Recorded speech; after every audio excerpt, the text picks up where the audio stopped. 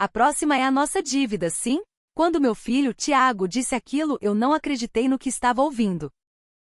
Depois de finalmente quitarmos nosso financiamento de 35 anos, ele queria que nós, seus pais, assumíssemos a dívida do apartamento dele e de sua esposa. Filho, para nós uma dívida dessas é impossível agora, eu disse, mas Camila, minha nora, retrucou com frieza. Nossa vida também está difícil. A senhora vai querer aproveitar a vida boa sozinha, sogra. No instante em que recusamos, começou um assédio diário contra nós.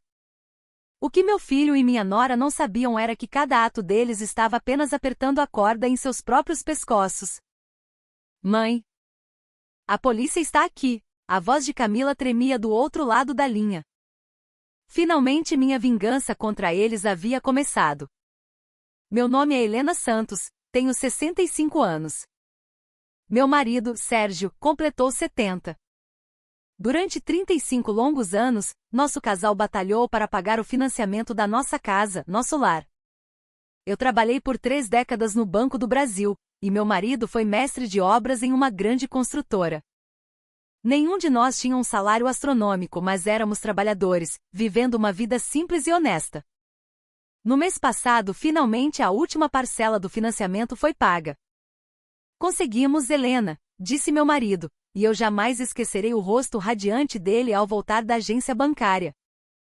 Depois de tanto tempo. Meus parabéns para nós, meu velho, respondi, sentindo as lágrimas escorrerem pelo meu rosto. Foram 35 anos de sacrifícios. Adiamos viagens, contamos as moedas para comer fora, tudo para honrar aquele compromisso. Comprar uma roupa nova ou ir ao salão de beleza sempre ficava para depois. Acho que agora podemos começar a pensar um pouco em nós, não acha? Sérgio disse com uma ternura que aqueceu meu coração. Sim, meu bem.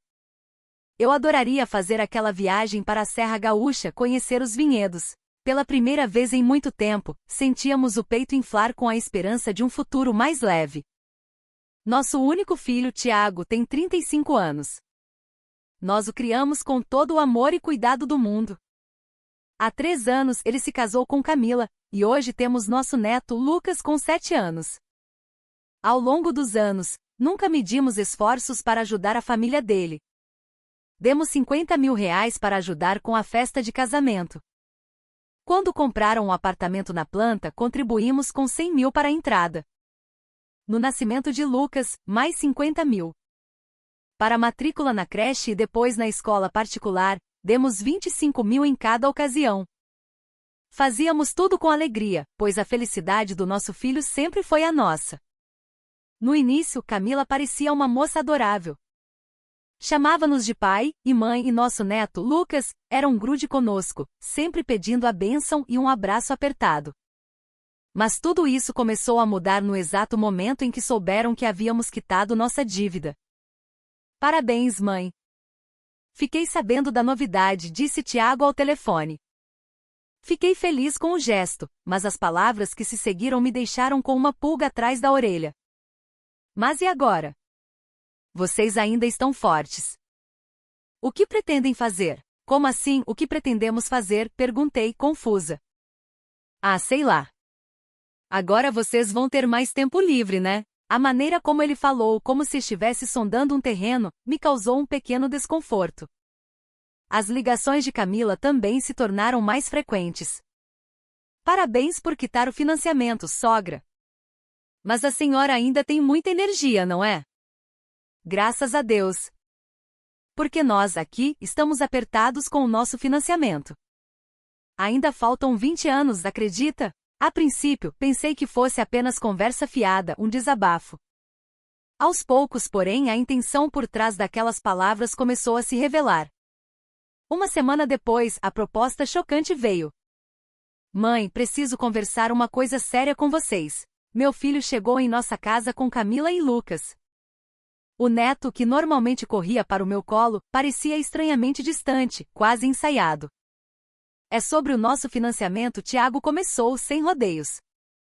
São R$10 mil por mês, durante 20 anos. Sinceramente, está muito pesado para nós. Eu imagino, filho. Na nossa época também foi muito difícil, respondi com empatia genuína. Então, a próxima é a nossa dívida, sim? As palavras dele pairaram no ar, densas e inacreditáveis. Vocês não têm mais dívidas, e logo vem a aposentadoria completa dos dois. Será que não poderiam pagar o nosso financiamento no nosso lugar? Fiquei sem palavras. 10 mil reais por mês, durante 20 anos. Fiz as contas de cabeça, 2 milhões e 400 mil reais. Era uma fortuna. Tiago, isso é impossível, gaguejei. Enquanto eu tentava processar o absurdo, Camila interveio. Sogra, a senhora é a única mãe dele. Não consegue ver o sufoco que estamos passando? Mas 2 milhões e 400 mil reais. Ninguém está pedindo o valor todo de uma vez. É só assumir as parcelas mensais de 10 mil, ela disse, com um tom de quem exige um direito óbvio. Meu marido, Sérgio, estava igualmente atônito. Tiago, não temos esse dinheiro todo. Precisamos pensar no nosso futuro, na nossa velhice. Pai, o senhor também não aguenta ver a gente sofrendo, aguenta? Era chantagem emocional pura e simples. Ficamos encurralados. Claro que desejávamos a felicidade deles, mas aquela quantia era monumental para um casal de aposentados. Precisamos de um tempo para pensar, eu disse, e a expressão de Tiago se fechou na hora. Pensar no quê? Eu sou seu filho. Como assim não pode atender a um pedido meu? Tiago, não fale assim. Nós estamos no nosso limite. Se continuar assim, vamos perder o apartamento, ele gritou. Camila começou a chorar. Por favor, mãe, nos ajude. Salve a nossa família. Mas aquelas lágrimas. Elas pareciam tão falsas, tão calculadas. Seria apenas impressão minha? Naquele dia, eles foram embora com a promessa de que iríamos pensar. Mas dentro de mim, uma pequena semente de angústia começava a germinar. Dali em diante, as ligações se tornaram diárias, incessantes. E aí, mãe, já pensou? Sogra, a senhora não se preocupa mesmo com a gente? Presos em um limbo, sem saber como recusar sem causar uma ruptura, apenas víamos as exigências deles aumentarem. No dia seguinte à nossa recusa definitiva, a atitude deles mudou da água para o vinho. Mãe, que mancada, hein? Negar um pedido do seu próprio filho, a voz de Tiago estava carregada de uma raiva que eu nunca tinha ouvido antes. Mas, filho, é muito dinheiro. Então quanto vocês podem dar? Ele pressionou. Não é essa a questão. Antes que eu pudesse explicar, Camila tomou o telefone. Sogra, o dinheiro é mais importante que seu filho, que carrega seu sangue. Aquela frase me feriu profundamente. Não se tratava de dar mais valor ao dinheiro. Era apenas o medo, a insegurança sobre o nosso próprio futuro. Não é isso que eu. Então por que não nos ajuda? Vocês já se livraram da dívida de vocês, estão tranquilos. Agora é a vez de vocês pagarem a nossa. O tom de Camila era cada vez mais agressivo e autoritário. Camila, por favor, não fale assim. Mas é a verdade. Vocês viveram a vida toda se escorando no filho, e agora que é a nossa vez de pedir, viram as costas? Fiquei chocada. Eu nunca me escorei no meu filho. Pelo contrário, dediquei minha vida a ele. Mas as palavras de Camila eram impiedosas. As ligações passaram a ser um tormento diário. De manhã, na hora do almoço, no jantar, antes de dormir. Várias e várias vezes ao dia. Já reconsiderou? Sogra, vai nos deixar esperando até quando? Nossa vida depende disso. Exaustos, chegamos ao ponto de não querer mais atender ao telefone. O conteúdo das chamadas também piorava a cada dia. E se a gente for despejado, tudo bem para vocês? Se tivermos que declarar falência, a culpa vai ser sua. E se o Lucas não puder mais estudar na escola dele, não tem problema. Usar o neto como arma era o golpe mais baixo. Meu coração balançava, mas a cifra de 2 milhões e 400 mil reais era simplesmente intransponível. Nos fins de semana, eles apareciam. Sem avisar, tocavam a campainha insistentemente. Estamos ocupados. Outro dia conversamos, eu dizia, mas era inútil. Mãe, vai me deixar para fora, Tiago dizia, e eu, sem forças para discutir, acabava abrindo a porta. Eles se sentavam na nossa sala e passavam 2, 3 horas repetindo a mesma ladainha. Aos poucos, as exigências se tornaram mais concretas.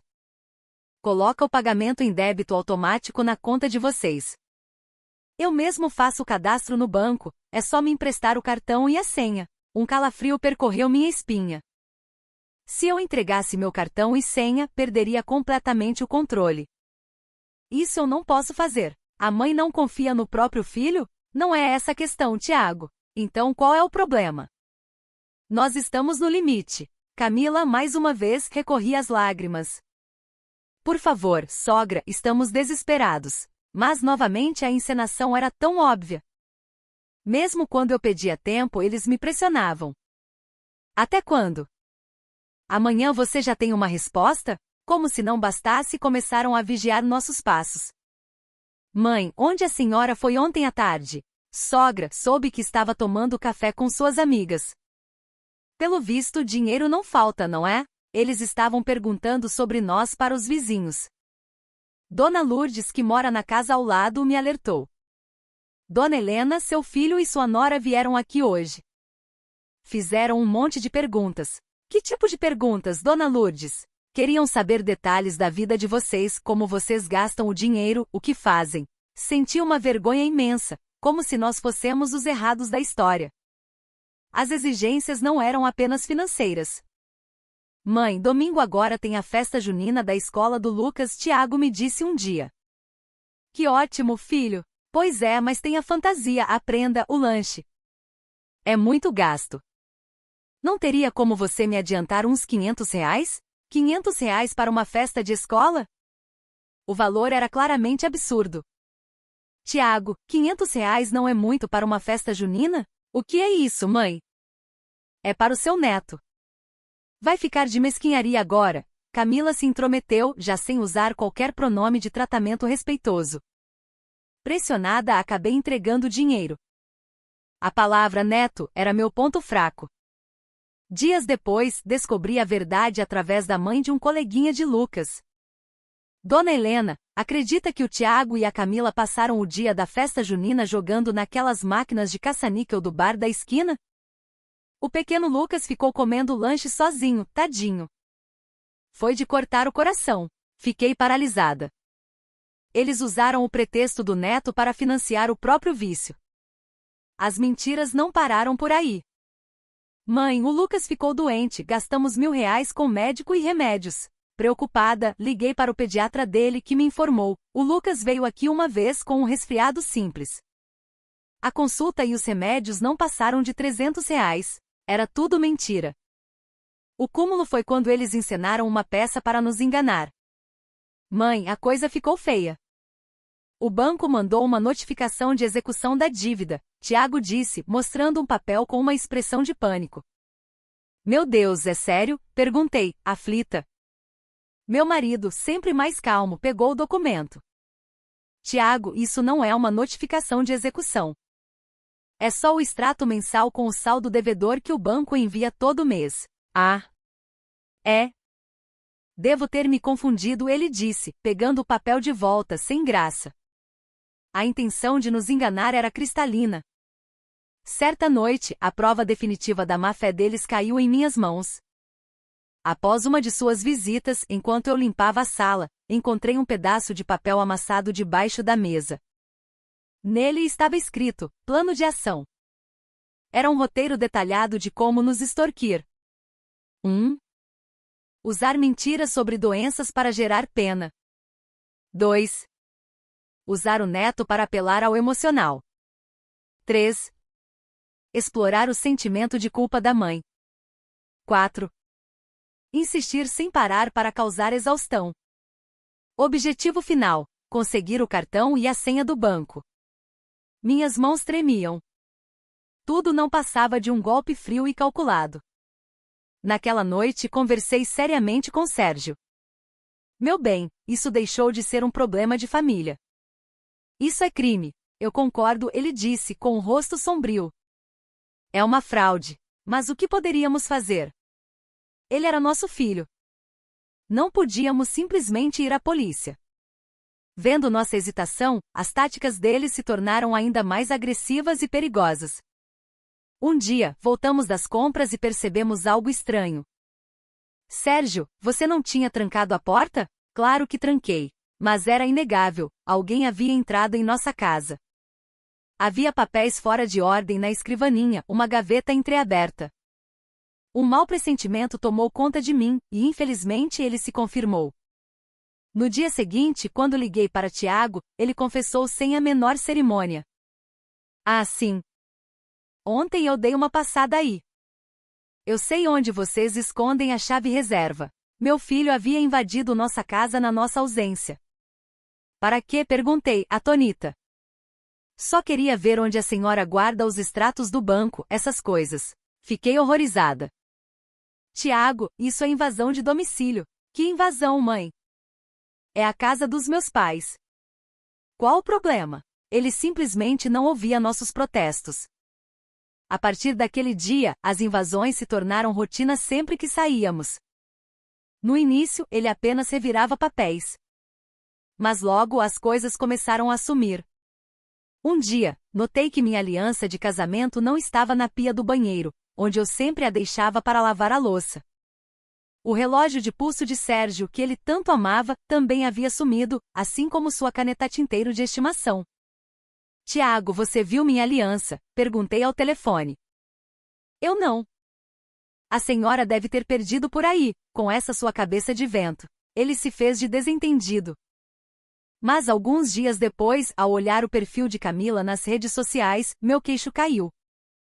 Ela postava fotos com bolsas e joias de marcas caras, jantares em restaurantes de luxo, viagens em família para resorts.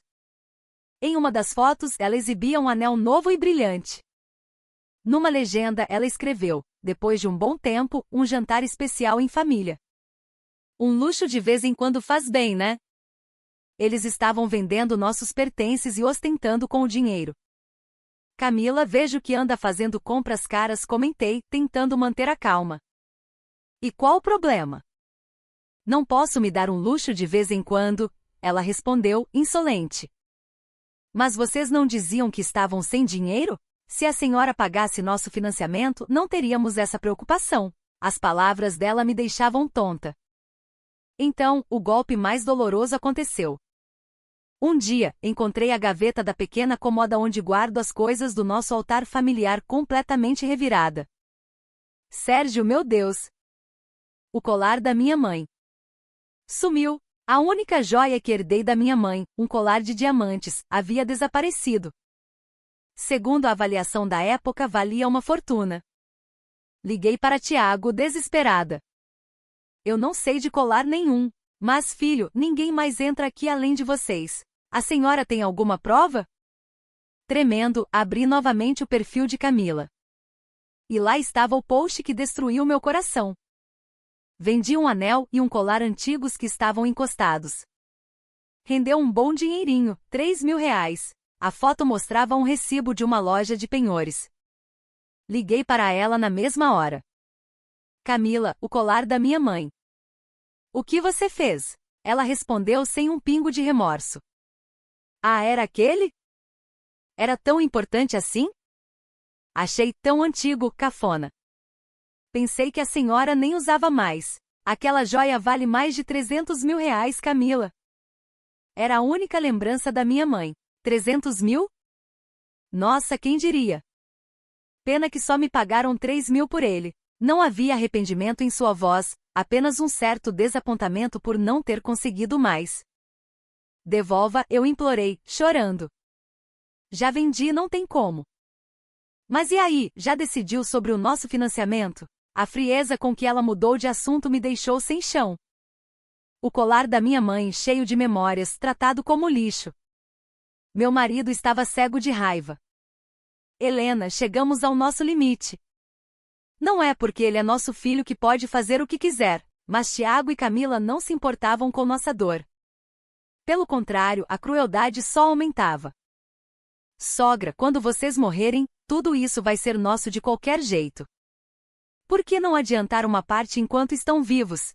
Camila chegou a dizer. Mãe, para que vocês velhos precisam de tanta coisa cara? Isso é um desperdício, Tiago completou com naturalidade. Minha saúde começou a declinar. Dores no estômago, noite sem dormir, perda de apetite. Helena, vamos ao médico, Sérgio insistia, mas eu não tinha ânimo para nada. Só a ideia de encontrar meu filho na rua me causava pânico. Eles também começaram a difamar-nos pela vizinhança. Meus sogros são tão pão duros, vocês não imaginam.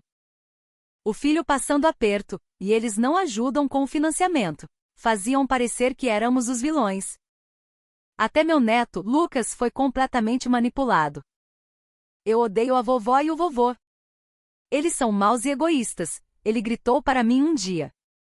Ouvir aquilo do neto que eu tanto amava foi a gota d'água.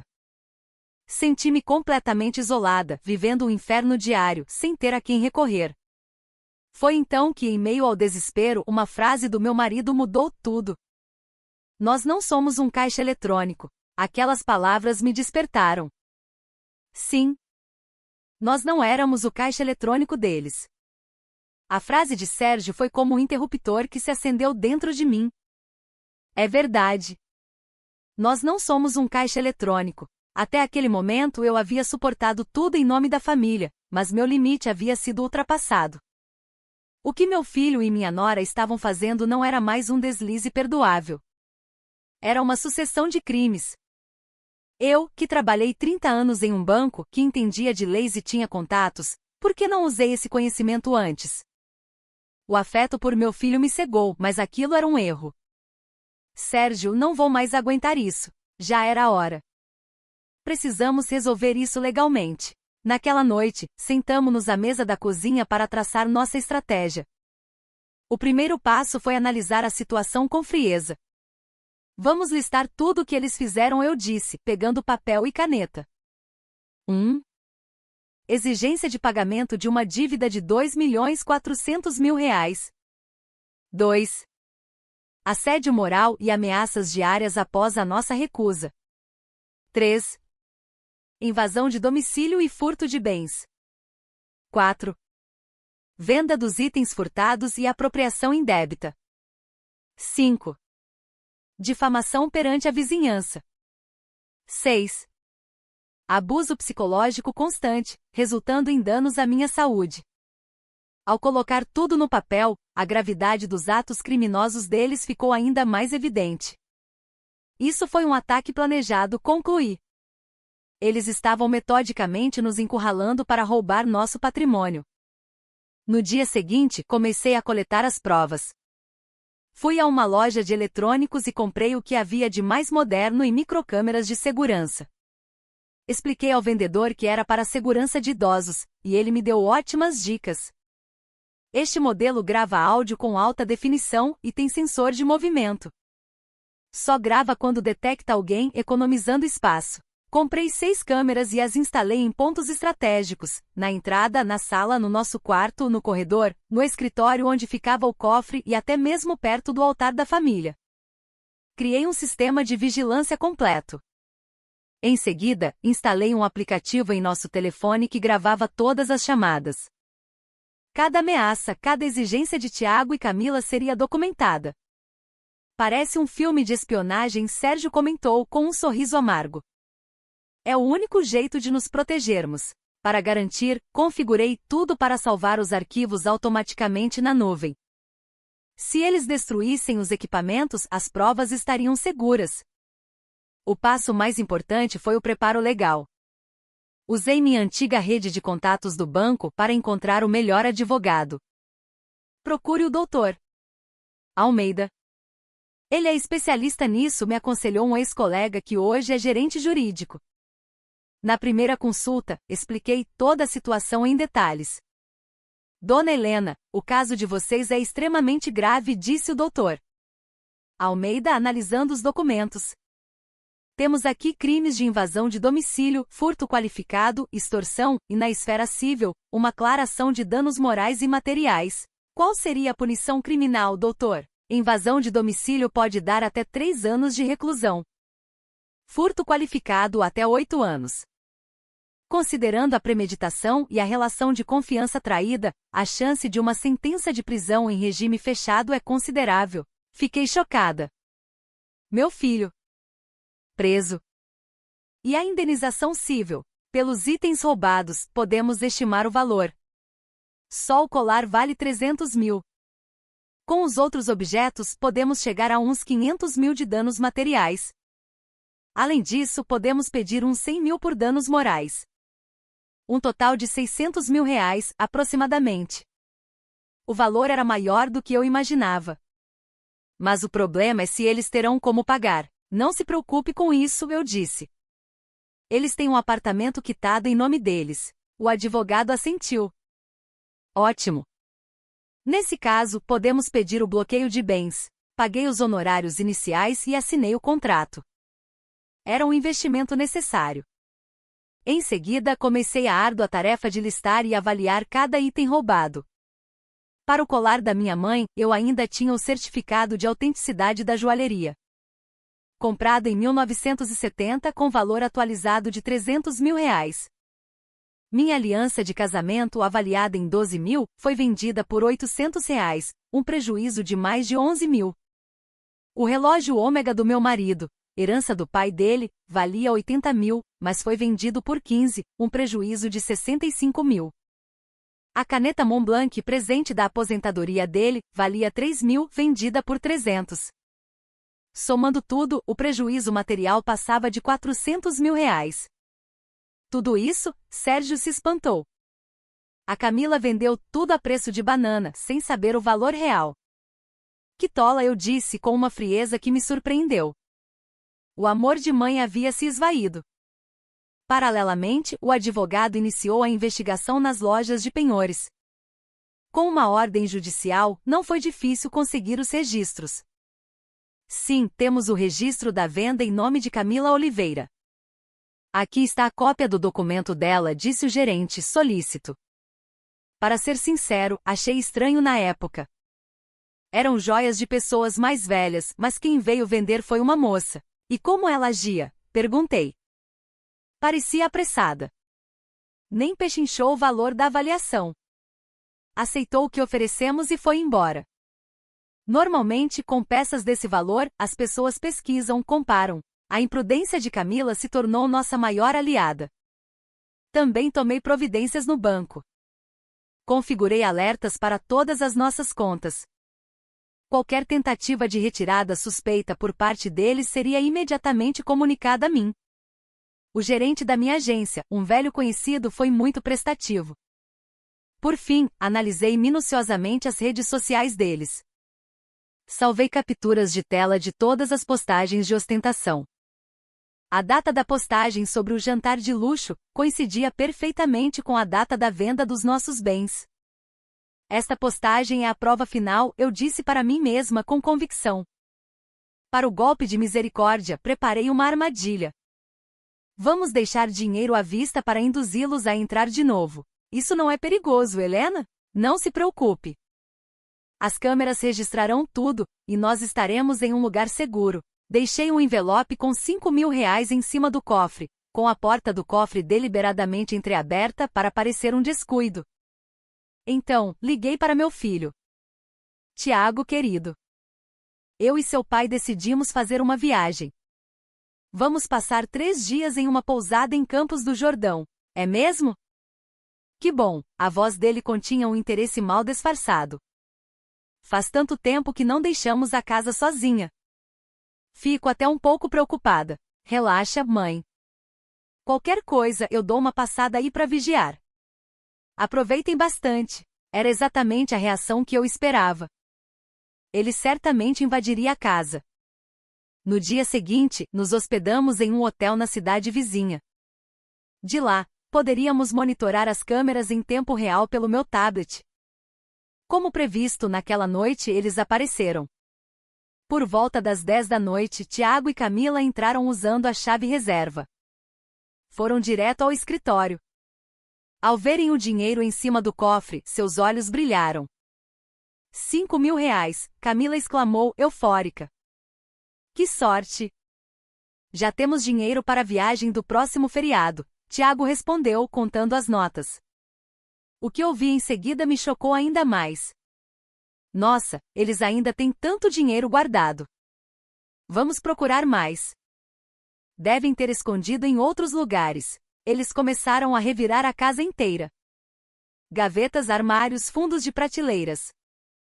Esse anel aqui parece bom, não acha? Olha, esse relógio é de marca. A conversa era de dois ladrões profissionais. Mas o diálogo mais devastador ainda estava por vir. O que revelou a verdadeira natureza deles. Tomara que eles morram logo, Camila disse em um sussurro. Com a herança a gente resolve a vida. Calma, amor. Do jeito que eles estão, logo ficam doentes, Tiago respondeu. Precisamos tirar o máximo que der antes que comecem a gastar tudo com médico e hospital. Vendo aquela cena no tablet, meu corpo inteiro tremia. Aquela era a verdade sobre os filhos que criamos. A câmera gravou perfeitamente quase 1 hora de crime. Rostos, vozes, conversas, tudo estava registrado com clareza.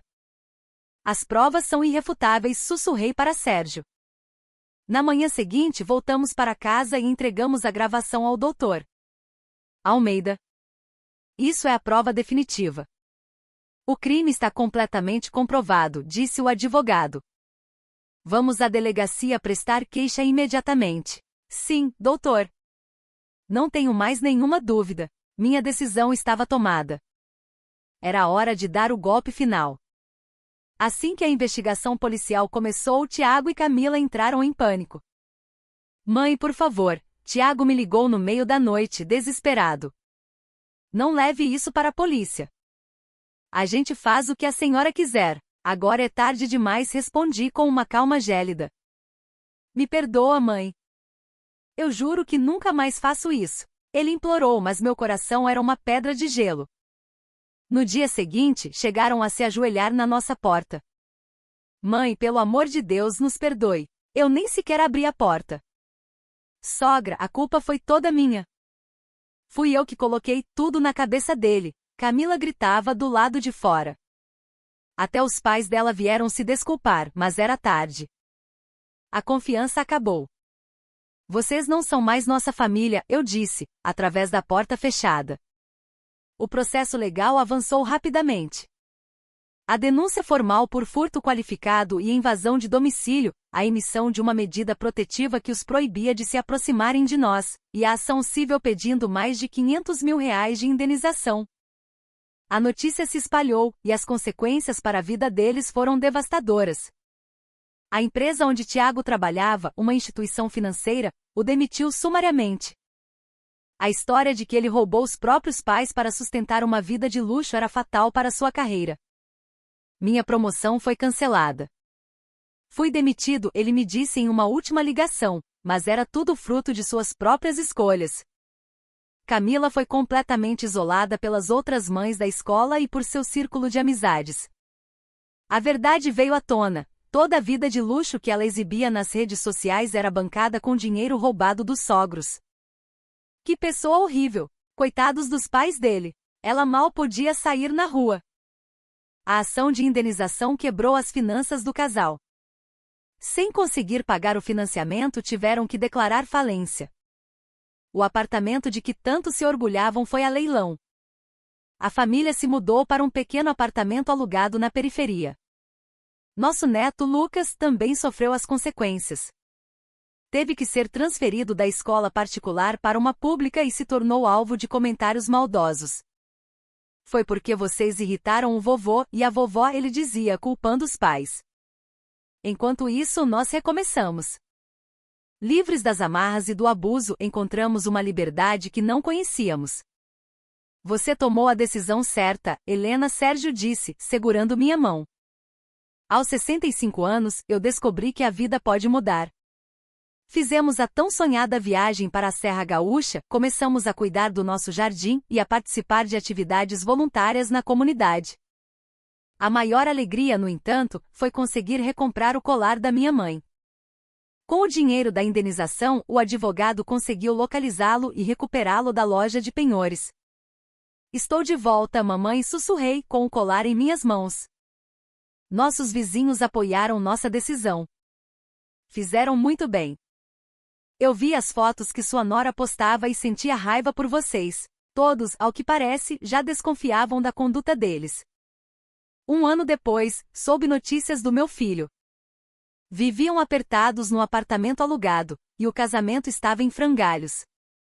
Tiago, sem conseguir emprego na sua área, fazia bicos como trabalhador diarista.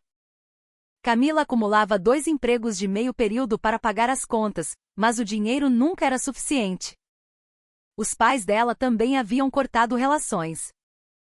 O custo da educação de Lucas era um peso, e o futuro parecia sombrio. Falavam em divórcio. Eu não senti pena.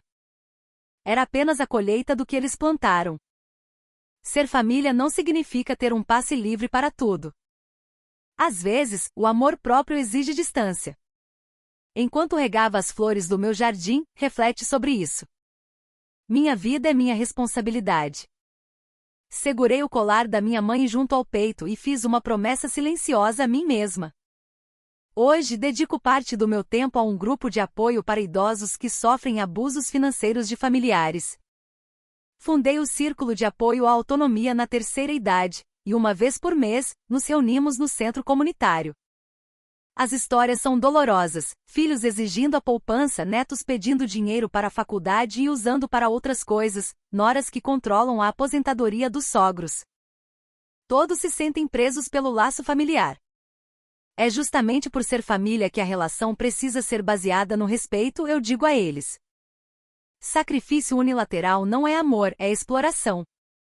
Com minha experiência bancária, ajudo com conselhos práticos e legais. O abuso patrimonial contra idosos cometido pela própria família é mais comum do que se imagina. Graças à senhora, consegui dizer não para minha filha, uma senhora me disse outro dia.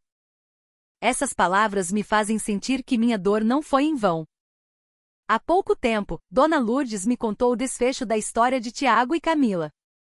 Eles finalmente se divorciaram. Tiago foi morar de favor com um amigo, e Camila voltou para a casa dos pais com Lucas, que se tornou um adolescente problemático, com dificuldades na escola. É triste, principalmente por causa do meu neto, uma vítima inocente da ganância dos pais. Mas eu não tenho a obrigação de salvá-los. É um desafio que eles, como pais, precisam superar sozinhos. Um dia, enquanto olhava as rosas que Sérgio cultiva, ele me disse: Helena, ainda bem que você tomou aquela atitude. Já pensou onde estaríamos agora se tivéssemos cedido? Ele tinha razão. Se tivéssemos assumido aquela dívida, nossa velhice estaria arruinada. Não teríamos a paz que temos hoje. Aos 65 anos, a vida pode sim recomeçar. A idade é apenas um número. O que importa é a coragem de tomar as rédeas do próprio destino. Nosso ritual diário agora é tomar um chá no jardim ao entardecer, vendo o sol se pôr. Sem assédios, sem pedidos de dinheiro. Uma paz que um ano atrás parecia impossível. A senhora está vendo, mamãe? Eu converso com a foto dela na estante. Sua joia está de volta. E agora vou cuidar dela e de mim. O ódio que eu sentia por meu filho e minha nora se dissipou. Hoje, sinto apenas a certeza de que vivemos em mundos diferentes. Esta experiência me ensinou que o verdadeiro amor familiar não é baseado em sacrifício unilateral, mas em respeito e apoio mútuos. E às vezes é preciso ter a coragem de se afastar de quem não entende isso, mesmo que haja um laço de sangue. Acima de tudo, aprendi que temos o dever de proteger nossa própria vida até o fim. Minha história é a de um renascimento aos 65 anos. Quero que ela sirva de inspiração para outros na mesma situação. Nunca é tarde para recomeçar. Se você que me ouve está passando por algo parecido, por favor, tenha coragem. Ser família não justifica o abuso. Sua vida é sua. Não permita que ninguém a roube. Procure ajuda, fale com alguém de confiança. E o mais importante, não desista. O sol se põe, e eu e Sérgio entramos em casa de mãos dadas. Amanhã, um novo dia começa. Um dia tranquilo, vivido no nosso ritmo, do nosso jeito. Aquele inferno que começou com a frase, a próxima é a nossa dívida, sim, hoje é apenas uma lembrança distante. Em troca ganhei minha liberdade, minha dignidade e um laço ainda mais forte com meu marido. A vida é curiosa. Às vezes, o que parece ser a pior coisa do mundo é, na verdade, a porta para um novo começo. No meu caso, foi exatamente assim.